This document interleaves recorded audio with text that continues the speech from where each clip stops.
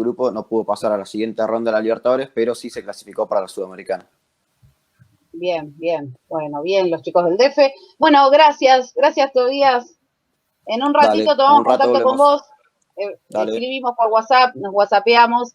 Bien, bueno, tema duro, difícil, pero bueno, interesante, ¿no? Para tratar acá con Florencia Pécora y el coach terapéutico Germán de Dio, Bueno, a ver, adelante, 2 especialistas. Me encanta que se hayan unido en este bloque, de verdad lo digo.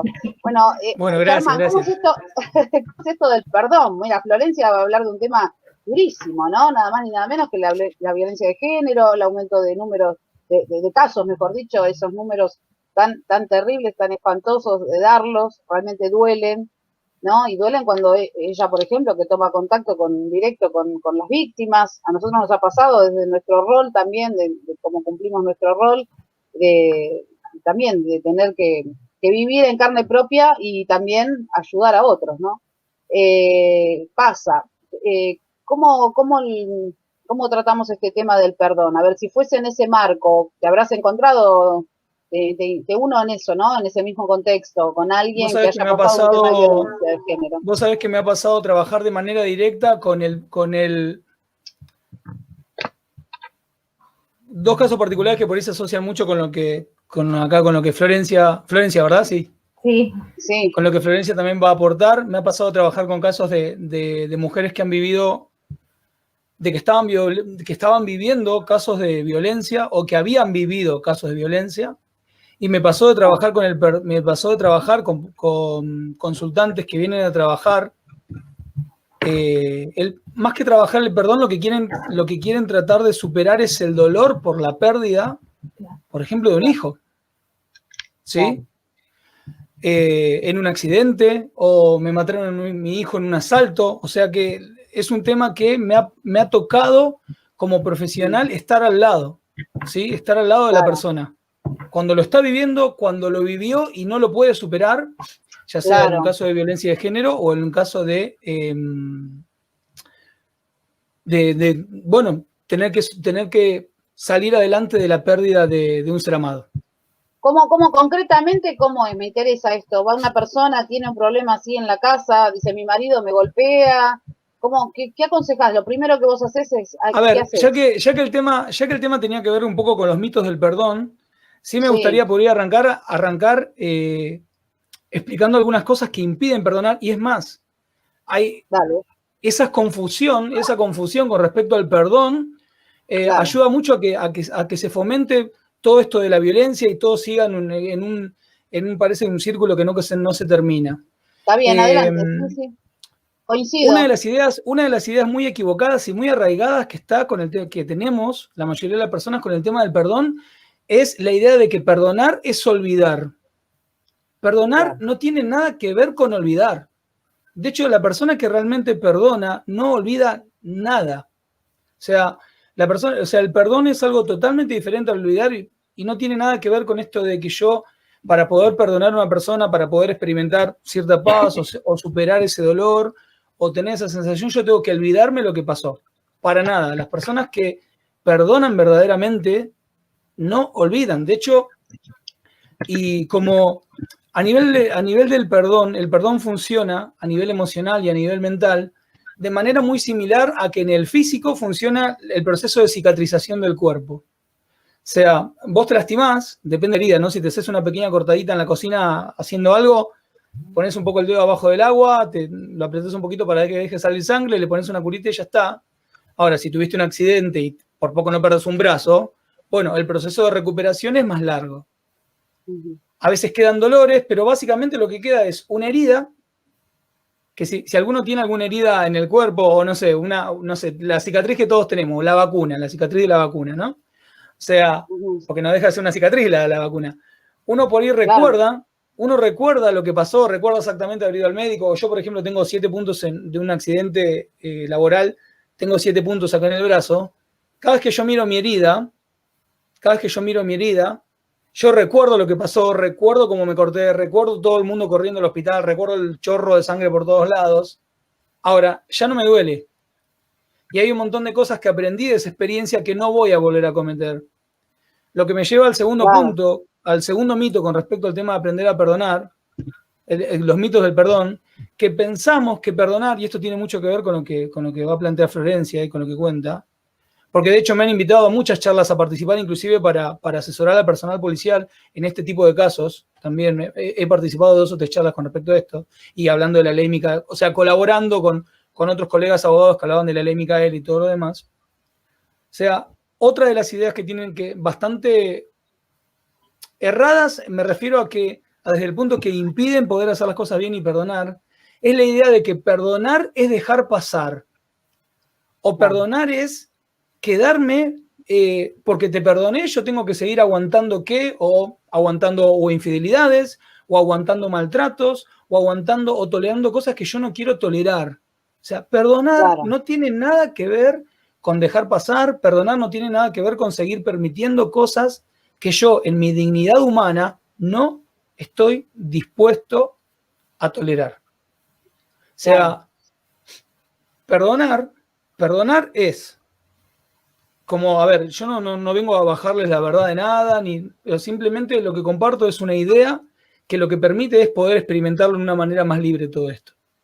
Perdonar es soltar las emociones de rencor, de odio, de resentimiento, de frustración, inclusive los pensamientos que generan esas emociones y que a mí me impiden tener bienestar emocional.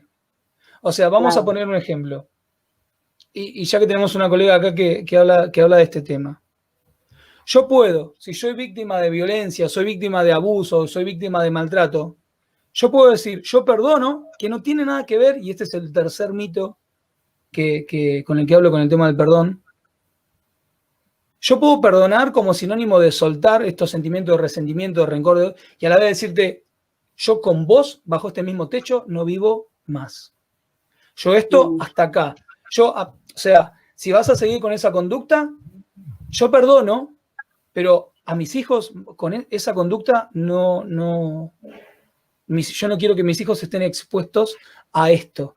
¿Por qué? Porque la persona está al mismo tiempo soltando el dolor, soltando el resentimiento, inclusive se puede perdonar cuando hay procesos judiciales de por medio, porque trabajo con eso. O sea, la persona puede estar perdonando al ex marido, haciendo un proceso, ni siquiera que lo está perdonando el otro, porque ahí vamos con el tema de que hay que perdonar al otro.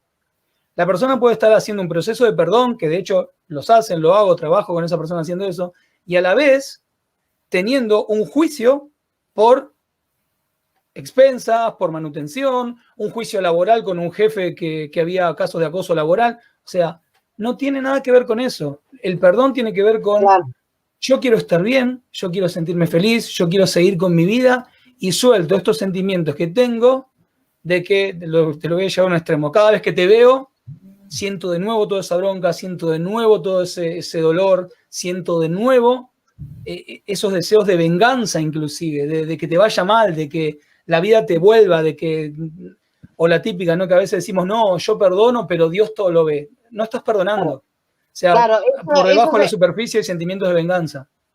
Claro. Es decir, un perdón mentiroso, en realidad. Exacto, o sea, perdonar, es más, perdonar no tiene nada que ver con perdonar a otra persona.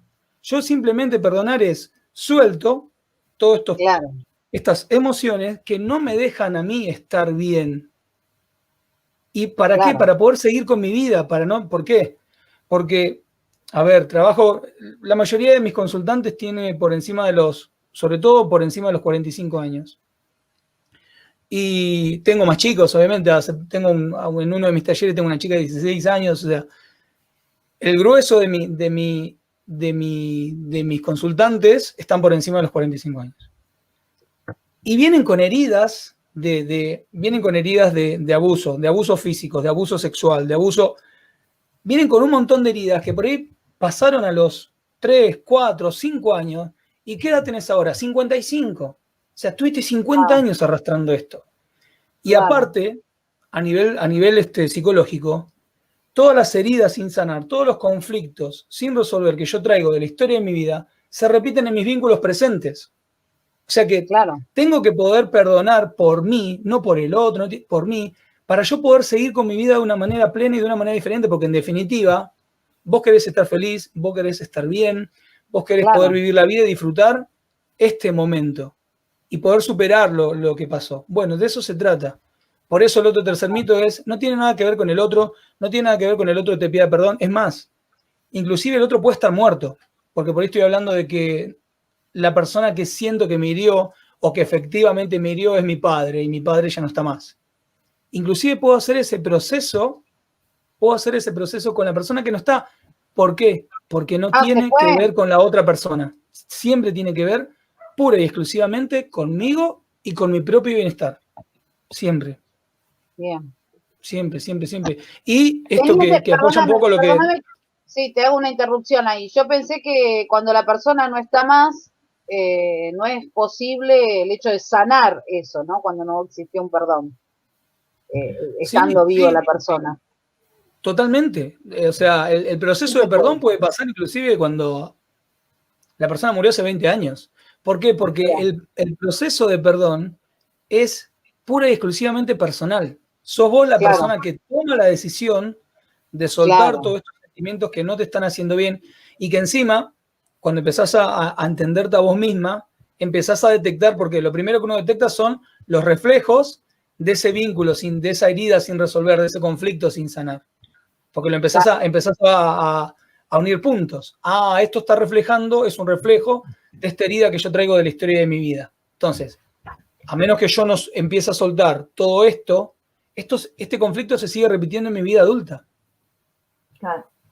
O sea, ese es el punto. No tiene que ver con el otro puede no estar más, el otro puede no enterarse que yo estoy haciendo todo esto.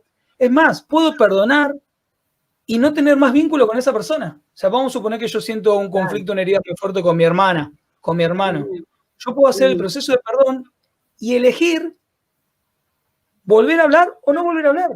Son dos cosas completamente diferentes. Completamente diferentes. Y eso es lo bueno, que vos podés sentir perdón, sentir paz y libertad, y después podés tomar tomar decisiones sin esa carga de, como te perdono, entonces tengo que seguir viéndote, como te perdono, entonces tengo que seguir permitiendo que, como... No, chicos, no. De verdad, y miren que he acompañado procesos en este sentido, y no, la persona puede tomar, no sé, voy a un caso de infidelidad, por ejemplo. La persona puede perdonar y cortar el vínculo, o puede perdonar y elegir seguir. O sea, son cosas totalmente diferentes. Y me gusta que esté Florencia porque de alguna manera apoya esto de que vos decís, porque después de salir de la situación de violencia, de la situación de conflicto, esa persona arranca todo un proceso de reconstrucción. Sí. En ese proceso de reconstrucción, en un momento va a tener que empezar a sanar, porque aparte, casi siempre si estuvo en vínculos que son tóxicos, donde vivió violencia, eso, seguramente hay una historia atrás, o en la mayoría de los casos que también vos ves que se repiten patrones. A veces sí, a veces no. Bueno, todo eso hay que empezar a sanarlo para que la persona pueda reconstruir su vida a partir de este momento. O sea que, sea que vayas por el lado de la espiritualidad, sea que vayas por el lado de la psicología, por donde vayas, en algún momento este laburo lo vas a tener que hacer. Entonces, sí, comparto plenamente. Y con respecto a lo que vos decís de es sanar para reconstruirse y no repetir, porque generalmente las víctimas vienen de historias, generalmente, no todas, ¿no? Pero de historias de violencia, y por ahí pueden cortar con una relación y continúan con otra. ¿Por qué? Porque no se da esta parte, la sanación interna y la reconstrucción. Exacto. Y justamente hoy estuvimos toda la mañana porque yo como abogada puedo dar una ayuda desde lo jurídico, pero no puedo dar la ayuda psicológica, que es la otra pata que toda víctima necesita, porque con el apoyo judicial no solucionamos de todo el tema, porque lo principal, que es que la mujer sane para no repetir, o se salve, porque también necesita esto para salir del círculo, totalmente. Yo como personal, como profesional no se lo puedo dar. Y cuesta más en pandemia conseguir esas entrevistas o esos tratamientos personalizados, ¿no? Porque por teléfono, por ahí la víctima compartiendo el hogar con el agresor, no se siente cómoda para una entrevista psicológica. Así que comparto plenamente lo que vos decís, me parece muy importante. Sí, que sanar y perdonar no quiere decir repetir. No, es más, para nada. Es más, muchas veces las personas que vienen a consulta, por ahí vienen a la consulta porque empiezan a notar que siguen repitiendo historias. O sea, y ahí ya te tira la pauta de que no hubo este proceso del que estamos hablando. Porque cuando la persona empieza a entender, ahí, es más, de hecho, el tema del perdón y el tema de la autoestima están muy ligados. A mí me ha pasado de trabajar sobre todo con mujeres, de hecho la mayoría de mis consultantes son mujeres, que arrancan un proceso terapéutico. En mi caso, como tengo varias herramientas, el coaching no trabaja la parte terapéutica, pero como yo trabajo con herramientas terapéuticas, van como fusionándose, ¿no? Que a la persona arranca un proceso terapéutico y la persona te dice, Germán, no tengo salidas, no tengo maneras, no tengo posibilidades, no tengo... Ahora, la persona empieza a trabajar su autoestima, empieza a cambiar la imagen y que tiene de sí misma, no es magia, las oportunidades aparecen, es como que ve otra cosa. ¿Pero por qué? Porque ve otra cosa de sí misma. Al tener otra imagen de sí misma, automáticamente cambian las perspectivas de lo que puede ver en su presente hacia el futuro. Entonces, estamos hablando de que una persona hace un mes era todo negro, era no voy a poder hacer nada, era no voy a poder, era no tengo salida, era no tengo recursos, era no tengo medios. Simplemente hubo un cambio muy fuerte en cómo se ve a sí misma, se fortaleció, se reconstruyó y ahora las oportunidades aparecen. ¿Nunca estuvieron? No. Simplemente ahora ella puede verlas. Claro, eso es importantísimo, coincido, sí, me ha pasado. Ivana Madrid dice, qué grande Flor, gracias a ella pude salir adelante después de 10 años de violencia. Una genia, no solo como abogada, sino desde su humilde humanidad y la delicadeza que tuvo para ayudarme. Sí, lindo coincido también esto, ¿eh? Qué lindo eso cuando te dicen esas cosas lindas. Gracias, sí, Ivana. Es lindo. Los dos son lindas personas, lo digo yo esto, tanto Florencia como Germán, la verdad, muy, muy buenas personas y han ayudado muchísima gente, la verdad, y siguen haciéndolo, está muy bueno esto. Sí, lo sigo escuchando, compartan ahí, vayan manejando, me engancho con el tema. Hagan ustedes, tipo, ¿no? Hagan como quieran. No, a ver, más que nada... No sé, Germán, si vos querés redondear la temática, igual no te pido que termines, pero redondear, no sé si te quedó algo para redondear. No, creo que lo importante es que las personas puedan empezar a entender esto, que no se trata de ir en contra de sus propias creencias, sino de empezar a adquirir estas ideas que te van a permitir, por lo menos desde mi experiencia personal y profesional, poder experimentar esto del perdón, que en definitiva no es más que sanar desde una mirada totalmente diferente. O sea, no son más que ideas que lo que permiten es una apertura. Y desmitificar un montón de cosas, porque por ahí la persona que piensa que para perdonar tiene que olvidar, pero le cuesta olvidar, piensa que no puede hacerlo, entonces se queda con esa mochila. O pienso que para perdonar tengo que dejar pasar, entonces permito un montón de cosas que hay algo en mi interior que me dice, no, esto no podés seguir permitiéndolo. Entonces, o lo otro, ¿no? Que pienso que perdonar es, tengo que olvidarme o dejar pasar o de alguna manera darle una indulgencia a aquel que siento que me hizo daño o que efectivamente me hizo daño, ¿no? Porque a veces también encuentro de las dos partes. Entonces, no se trata de eso. Y que inclusive una persona, ya que Florencia es abogada, que inclusive una persona, aún en medio de un proceso judicial, esa misma persona puede también experimentar el perdón, porque son dos cosas diferentes. De hecho, lo primero que me viene a la mente, saliendo un poco del tema de violencia, es lo que hacen, por ejemplo, los budistas con respecto al gobierno chino y el tema del reclamo del Tíbet. Ellos lo dicen. O sea, nosotros perdonamos, o sea, no sentimos rencor, no sentimos odio por esa persona, pero seguimos en nuestro reclamo de lo que sentimos que es nuestro derecho. Claro, está bien. Y ahí el ejemplo es clarísimo. O sea, lo mismo se puede aplicar a una mujer que dice, yo ya no siento rencor por este hombre con el que conviví toda mi vida, que es el padre de mis hijos, no siento odio, no siento rencor, ya no deseo que la vida se la devuelva, porque yo quiero estar bien, porque yo quiero seguir con mi vida, porque yo tengo estos hijos que cuidar y que mantener. Ahora, a la vez tengo mi abogada Florencia, que está llevando todo este tema adelante. Claro. Te das cuenta, y ¿sabes cómo lo podés ver? Porque esa persona atraviesa ese proceso más en paz, más en calma. No, o sea, da pasos más firmes, es otra cosa. Claro. Ahí Rodrigo, bueno, mi hermano se suma y dice, realmente si sanás, salís adelante. 1000%, tal cual. Totalmente.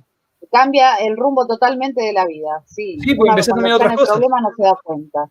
Pero cuando perdona realmente y supera eso, cambia, todo cambia. Gracias, Rodrigo, también por tu testimonio. Bueno, muy interesante, qué tema, ¿no? Qué tema el de la violencia y esto de la ley Micaela que yo estaba leyendo, y bueno, y también ahora ¿Sabés que noticia. Flor, quiero sumarte que no era pensado ahora, por ejemplo, y la verdad que poder haber compartido este pequeño espacio de tiempo acá con Flor, porque los temas se tocan tanto si vos te pones a pensar y a hilar fino, y me parece nada es casual, así que me siento honrado y feliz de este pequeño espacio que estamos compartiendo, de que justo se haya dado así. Sí, no, y además, no, yo tampoco lo pensé, que se dio así, dije, bueno, esto, bueno, por mi fe, digo, le tengo que decir lo que a mí me pasó, dije, bueno, por algo Dios quiso que esto sucediera, ¿no? Y que ustedes estén en este bloque juntos. Tenemos ahora en Berazategui, bueno, de Dio es de Quilmes, pero nosotros en Berazategui no teníamos el Poder Judicial, o sea, no es el Tribunal de Familia, es el Juzgado de Familia, en Berazategui finalmente. Bueno, esto para nosotros es un logro inmenso, ¿no? Sí, bueno, estuvimos hablando de eso. Ayer pude participar de la jura virtual de los funcionarios y muy feliz porque una amiga mía, muy amiga mía, Noemí Otelo, va a ser consejera de familia en el juzgado. Y el lunes arrancan, así que bueno, les deseamos lo mejor y Berazategui realmente los necesita, como siempre decimos los abogados. Para nosotros es más complicado porque tenemos que andar por todas las ciudades litigando, pero sí la inmediatez en el acceso a la justicia es necesaria para los ciudadanos de Berazategui, que no tengan que viajar y ir a otra jurisdicción para poder acceder a sus reclamos. Así que le va a venir muy bien a Berazategui y estamos, bueno, contentos y esperanzados de que bueno, todo funcione un poco mejor. Ojalá. Y bueno, lo de la ley Micaela, vos decís que esto sumó bastante como para un cambio desde adentro, institucional, sí. ¿No es cierto? La ley Micaela se promulgó en el año 2018 y lo que establece es que todas las personas, funcionarios del empleado de los tres poderes, tengan que capacitarse en temas de género y de violencia. Perdóname, ¿2018 o 2019? No, la ley del 18, es la 27499. Ajá. Esto, bueno, además se fueron instituciones, se pueden adherir, por ejemplo, yo como miembro y autoridad del Colegio de Abogados, nosotros adherimos a la ley Micaela y también nos capacitamos. Esto se fue ampliando. Incluso hay un proyecto de ley muy avanzado para que salga la ley Micaela en el deporte, para que las empresas contratistas del Estado tengan obligación de capacitar a sus empleados también en temas de género. Claro. Y bueno, va cambiando la perspectiva, va cambiando. Siempre se trata de concientizar, identificar la problemática que están naturalizadas, porque a veces como que socialmente se cree violencia cuando le pegan, cuando la matan. Esto arranca mucho antes y hay que identificarlo y combatirlo antes. Y para eso necesitamos saberlo y no naturalizarlo. Entonces, todas estas charlas ayudan a eso. Pero bueno, haciendo un poco el repaso de por qué salió esta ley, Micaela García, conocida como La Negra, es una militante del movimiento Evita de Entre Ríos, de Gualeguay, y fue asesinada en el 2017. Su papá, que es conocido como Yuyo García hoy, trabaja para el Ministerio de Mujeres de Nación y está promoviendo toda esta ley, su lucha, y como sanaron su familia y pudieron canalizar a través de esta lucha, por ahí los sentimientos que tenía Micaela, porque ella era una militante feminista. Pero sí me gustaría hacer un pequeño resumen del caso, no solo por la brutalidad, sino por los antecedentes de la falla judicial. El asesino, Sebastián Wagner, estaba condenado por 2 violaciones. Y se hicieron un acuerdo, que le hicieron un juicio abreviado donde se disminuyó mucho la pena y lo dejaron en libertad. Había cumplido 2 tercios de la condena y el juez de ejecución, pese a tener 7 informes negativos que decían que si salía iba a volver a cometer sus conductas, lo liberó. O sea que ahí ya tenemos dos situaciones. Por un lado, que hicieron un acuerdo de un juicio abreviado a una persona condenada por 2 violaciones. Por otro lado, el juez que le otorga la libertad con informes negativos. Y el tercer punto fue que el día anterior, la noche anterior a que pase esto, un papá fue a la comisaría de la zona a decir que Sebastián Wagner había querido violar a la hija. Y en la comisaría no se le tomó la denuncia. Si en ese momento hubiesen actuado, le hubiesen cortado la libertad condicional que tenía, Micaela estaría viva.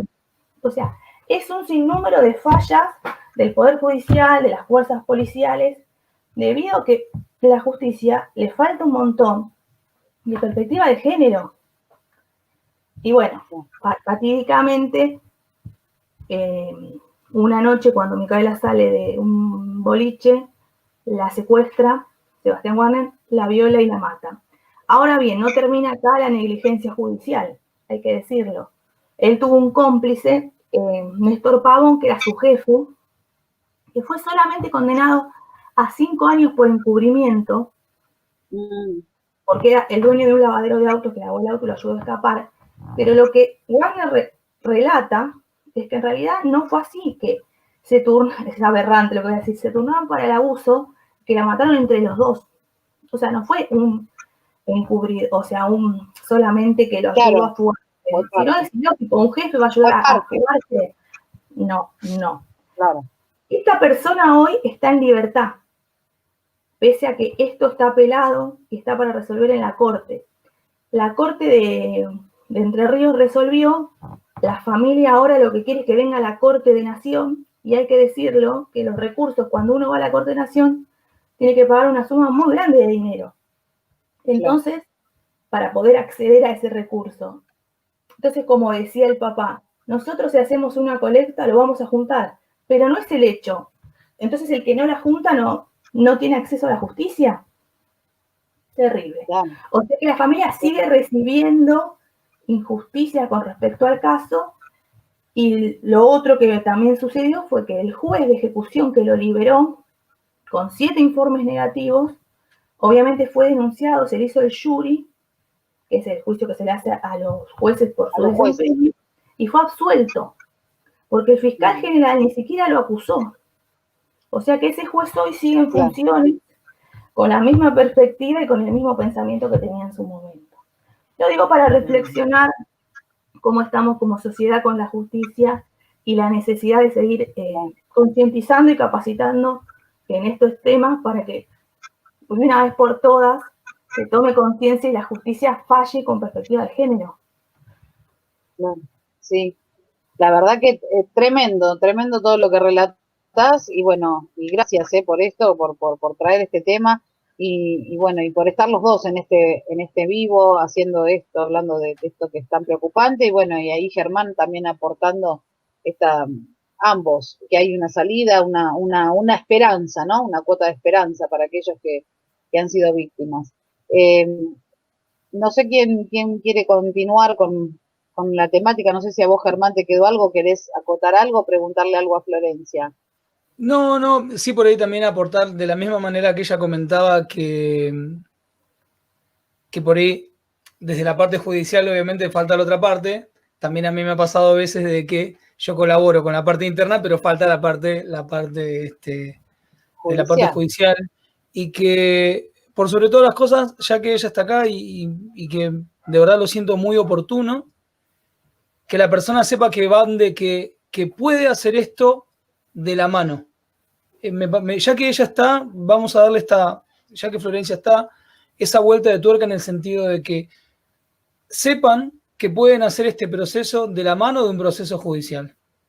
O sea, que no es una cosa, no es que yo voy a recién estar en paz, o yo voy a poder hacer mi vida, o yo recién voy a estar bien cuando la persona que me generó un daño esté en la cárcel o esté. obviamente, se entiende que si la persona, fíjate la cantidad de errores que Florencia recién comentaba, que hoy harían que Micaela estuviera viva. O sea, claro. No estoy hablando desde ese lugar, pero estoy diciendo de que la persona puede empezar a estar bien, puede empezar el proceso de estar bien, independientemente de que aún no se haya hecho justicia con su caso. Y también me parece muy noble rescatar lo mismo que ella estaba mencionando, ¿no? Cómo esta familia canalizó todo este dolor a través de ese trabajo. Y lo convirtió en algo que puede ayudar a un montón de personas. Obviamente, no le van a devolver a esos papás la vida de su hija. La cicatriz se la llevan, la cicatriz va a quedar. Pero cómo convertir ese veneno en medicina, eso me parece notable, me parece fabuloso, me parece, ya que estábamos hablando de lo que nos falta como sociedad en el tema judicial, ¿no? Porque yo la escuchaba recién a Florencia y vos decís, wow, ¿no? Y esto de, ¿qué pasa si yo no tengo recursos? Me voy a quedar, no llego ni a mitad del camino. Pero aún así, fíjate cómo estas personas pudieron convertir el veneno en medicina, pudieron tomar. Nadie dice que esas personas no se caigan, que no tengan días de dolor, que no tengan días que tengan ganas de que los asesinos de su hija paguen, ¿eh? Porque somos humanos, nos pasa a todos, todo esto que estoy contando nos pasa a todos, pero sí poder volver de ese sentimiento y decir, no, pará, yo puedo convertir en esto y esas son las personas que de alguna manera hacen una diferencia a nivel social. Sí. Y porque me vienen a la cabeza 1000 casos de personas que convirtieron su dolor, la mamá de Marita Verón, lo primero que me viene a la mente, o sea, convirtieron su dolor en un movimiento, en una intención, en un voy a hacer algo con esto que me pasó. Y eso me parece noble, me parece notable, me parece admirable, y es de alguna manera lo que te hace mirar a tu propia humanidad y decir, se puede, hay esperanza en el mundo. Con todo lo que pasa. Hay que sanar, tienen que sanar sin importar lo judicial, porque lo más probable es que lo judicial no le dé una respuesta.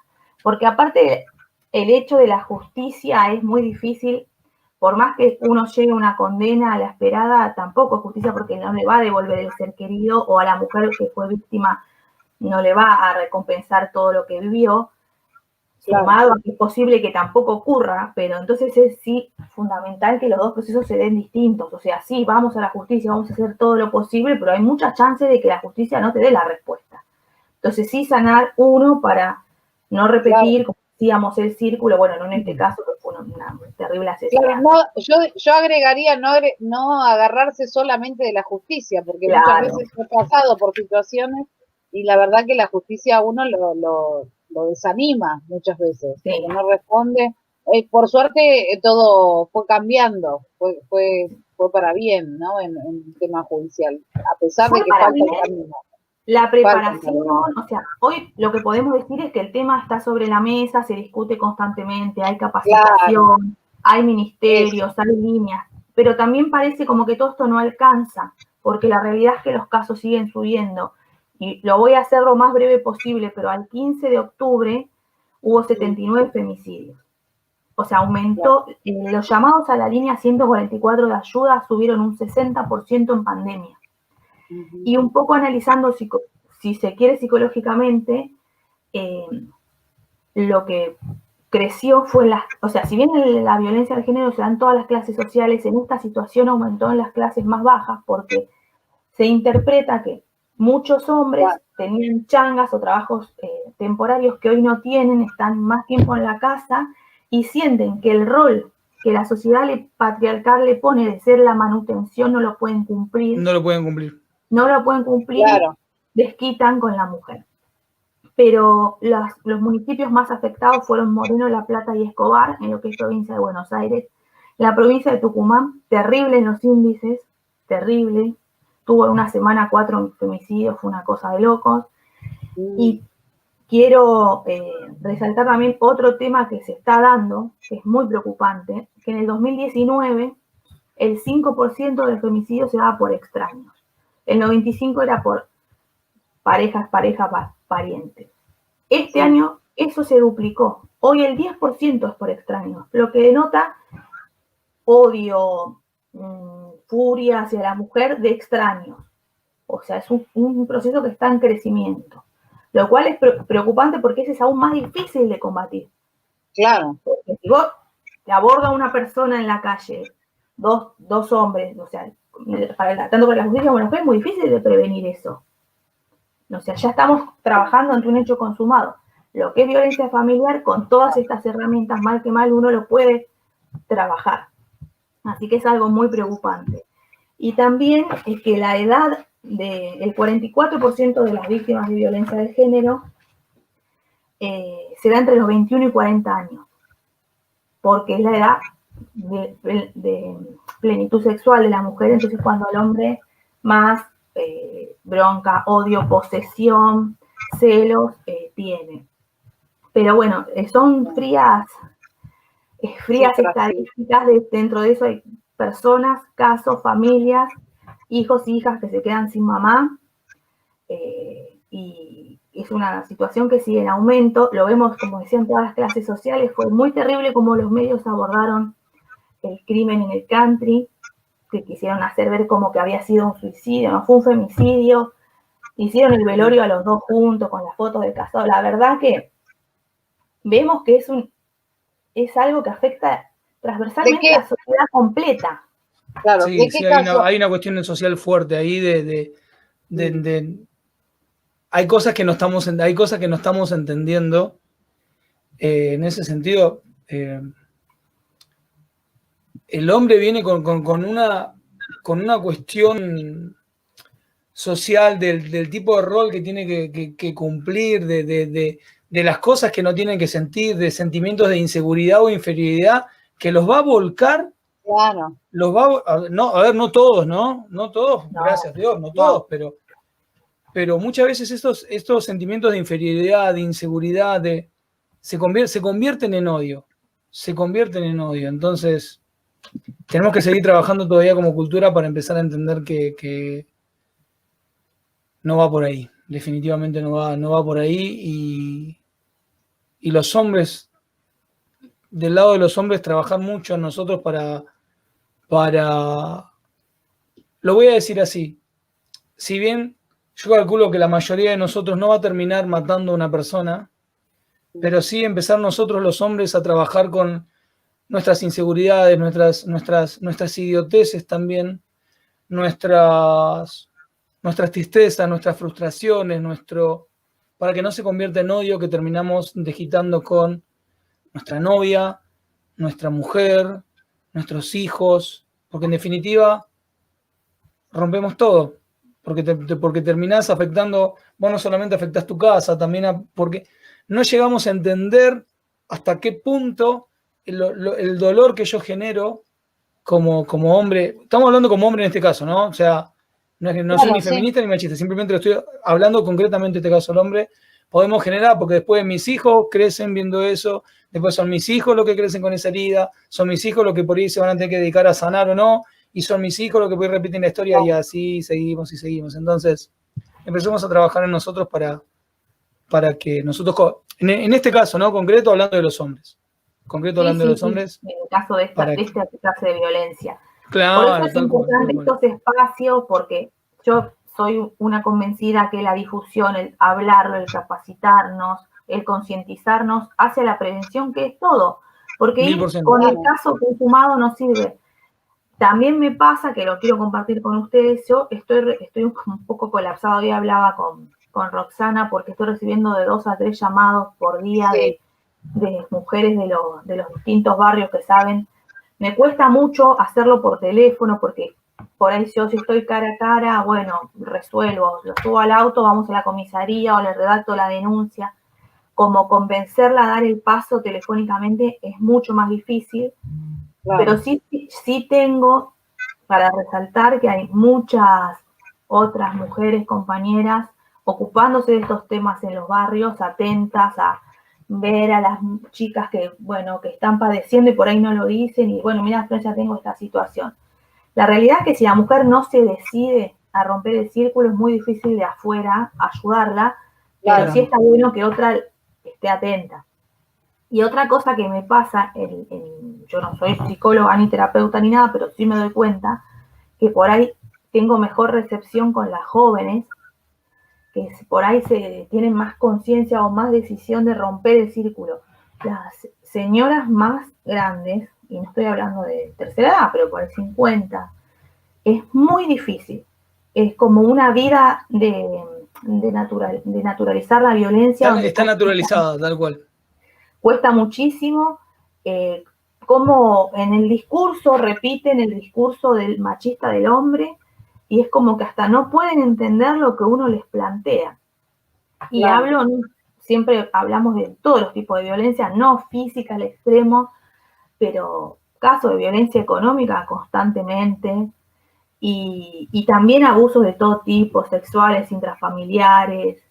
Está creciendo, bueno, no es ninguna novedad, y no es algo de ahora, pero el tema de las drogas en los barrios está muy terrible, y es una cosa que genera la otra, embarazo adolescente, violencia, chicos a la deriva, o sea, es todo muy complejo. Pero bueno, claro, como siempre digo, dos cositas que sepan las mujeres que pueden denunciar en cualquier comisaría, tienen obligación de tomarle la denuncia, no solo la comisaría de la mujer. En Berazategui la comisaría de la mujer está en la 160 entre 24 y 25, pero si están lejos pueden ir a la más cercana. Pueden, en estos tiempos de pandemia, denunciar por mail. Y recuerden que si es una urgencia, llamar al 911. Si no tienen la línea 144 de ayuda, que está a las 24 horas del día, los 365 días del año.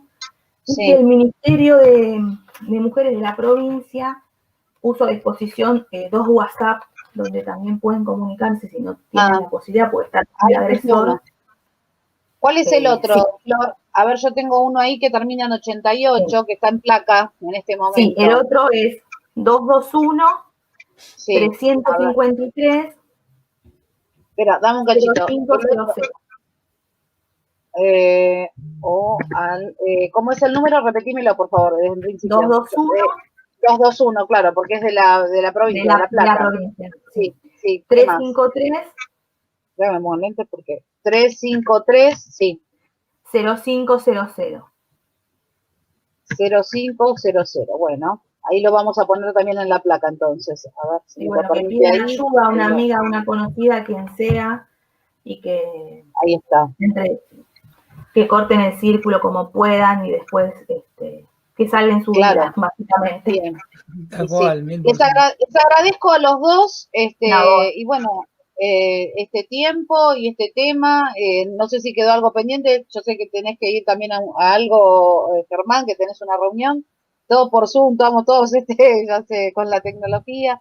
Y Florencia, bueno, las demostraciones ahí están, ¿no? La gente que te escribió y bueno, y la gente que siempre comparte también este momento cuando estás acá, me consta que también te agradecen por un montón de situaciones. Bueno, Rodrigo acá también te aporta algo para Germán, dice, pedir perdón no es ser débiles, ¿no? Porque entiendo que ahí se faltaba algo, sino todo lo contrario, nos hace más fuerte y nos deja la oportunidad de volver a comenzar, tal cual.